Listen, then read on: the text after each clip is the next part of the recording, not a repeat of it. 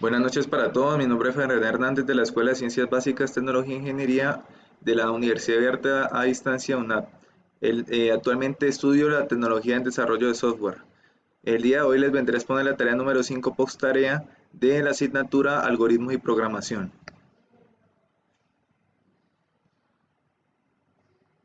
Primero que todo empezamos analizando y describiendo qué es algoritmo. Un algoritmo es un conjunto definido y preciso de pasos o reglas definidas que se siguen para realizar una tarea o resolver un problema específico.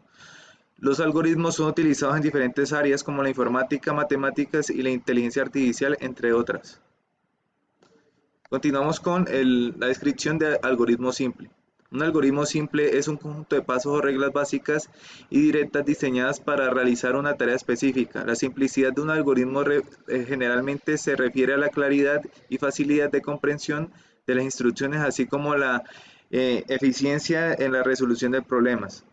Estos algoritmos son más fáciles de entender y pueden implementarse con facilidad. Aquí, como pueden ver en el ejemplo, es un algoritmo donde podemos ver que resuelve una suma completamente fácil y al final, al ejecutarlo, botará el resultado de la suma de los números, de la lista de números. Continuamos con algoritmos condicional. Un algoritmo condicional es un conjunto de instrucciones o pasos que se ejecutan según la condición específica. La ejecución de ciertos bloques de código depende si una expresión lógica es una condición, si es verdadera o falsa. Las estructuras condicionales son fundamentales en la programación y permiten que el programa tome decisiones y realice diferentes acciones según las circunstancias. En este caso, en este ejemplo de algoritmo condicional, primero se solicita al usuario que ingrese un número entero. Se evalúa si el número es par o impar. Si el número es par, se imprime un mensaje indicando si el número es par, y si el número es impar, se imprime un mensaje indicando que el número es impar. Y ya en el último paso, pues, dará el fin del algoritmo condicional. Continuamos con el ciclo for.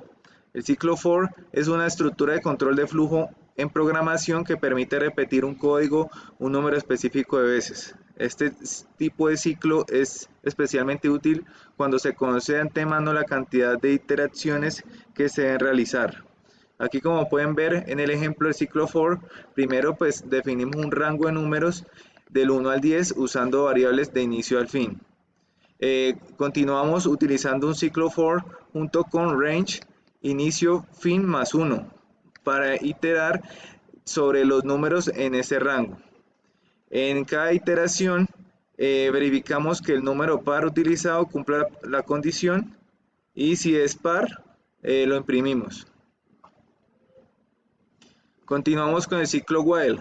Un ciclo while es una estructura de control de flujo de programación que permite repetir el bloque de código de una condición que sea verdadera.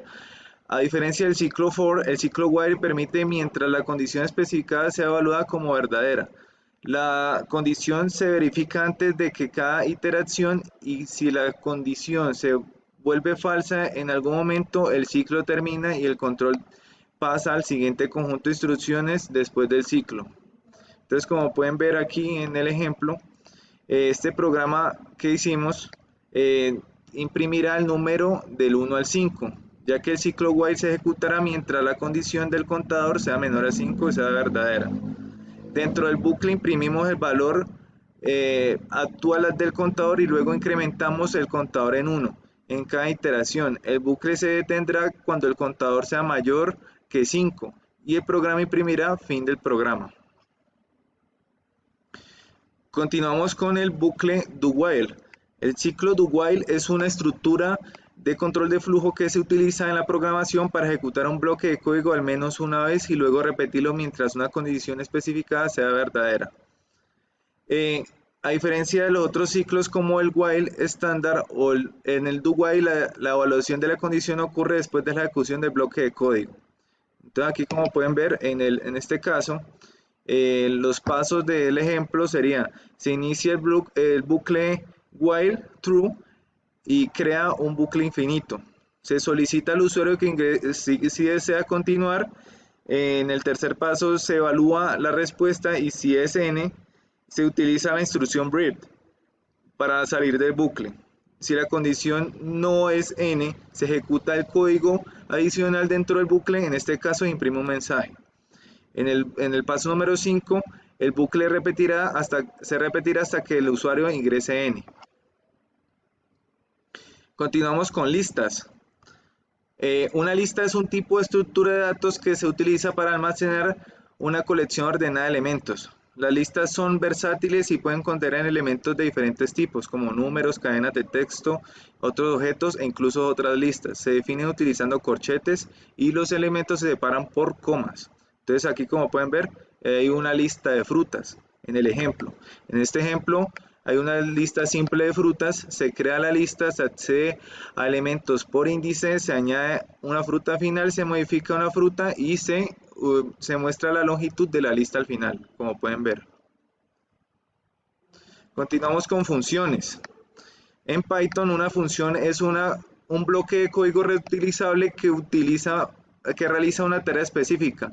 Las funciones permiten dividir un programa en bloques más pequeños y modularizar el código, lo que facilita un mantenimiento, reutilización y comprensión. Entonces, como pueden ver, es un algoritmo muy sencillo, simplemente muestra la función. En ese ejemplo se define una función llamada saludar, que puede tomar un parámetro llamado nombre. El cuerpo de esta función imprime un saludo utilizando el nombre proporcionado. En este caso, pues, sería saludar a Juan. Entonces, al final, pues, dice hola Juan, cuando se ejecuta el código. Continuamos. De igual forma, para tener en cuenta con lo anterior de las funciones en Python pueden tener parámetros como nombre en el ejemplo, como podemos ver en el ejemplo. Y algunas funciones también pueden devolver un valor utilizando la palabra return. Además, es posible definir funciones sin parámetros. Y ya finalizando, ya podemos ver las conclusiones. En conclusión, los algoritmos representan el núcleo esencial de la programación, ofreciendo un enfoque lógico estructurado para resolver problemas desde algoritmos simples hasta estructuras más complejas como condicionales y ciclos. Cada concepto agrega capas de versatilidad al diseño de soluciones. Aunque Python no tiene un ciclo do while directo, su flexibilidad permite emularlo con un bucle while. La utilización de las listas facilita el manejo eficiente de las colecciones de datos, mientras las funciones promueven una modularidad y la reutilización del código. En conjunto, estos conceptos proporcionan un marco estructurado y eficiente en el desarrollo de las funciones en Python, mejorando la legibilidad y mantenibilidad del código. Bueno, muchas gracias.